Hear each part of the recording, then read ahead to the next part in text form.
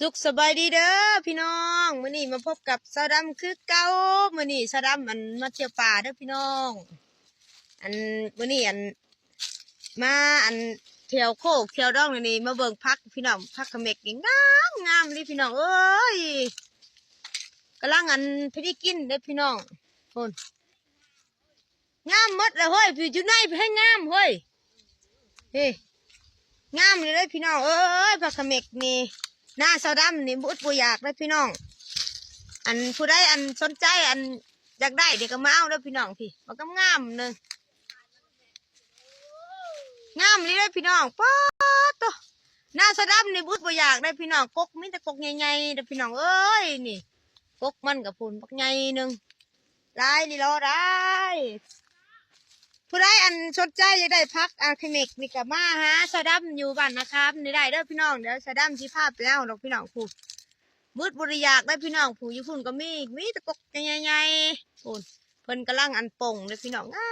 งามเลยได้พุ่นผู้ใดสนใจก็มาเด้อพี่น้องเด้อมาเอาหน้าสาวดำบ่ให้ดอกถ้าผู้ใดมาก็สาวดำสิพามาเอาดอกพี่น้องพุ่นมีก็งามผู้ใดสนใจอยากกินผักเขม็กนะว่ามันงามสำนี่ป้าโต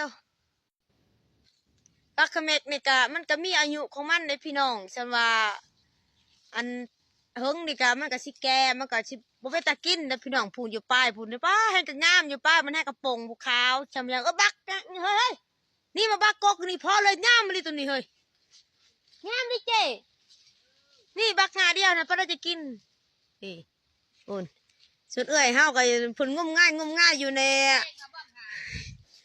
งมง่ายอันนั้นอยู่ไปช่างในงานตามเต็มหักแกเพิ่นก็อ้างผู้ว่าเพิ่นทันเตี้ยได้เพิ่นเลยเอาบ่ได้นี่พี่น้องเรื่องของเรื่องมันมีหยังดอก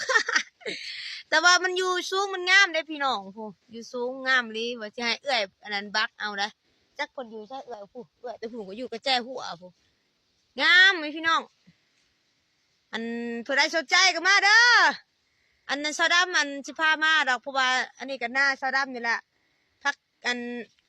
พักเขม็กนี่หลายเลยนะสาวดำนี่บุดบุอยากพี่น้องผู้ใดสนใจมาเด้อนี่มีแต่งามๆผลอยู่เทิงผู้ฮักกระโปรง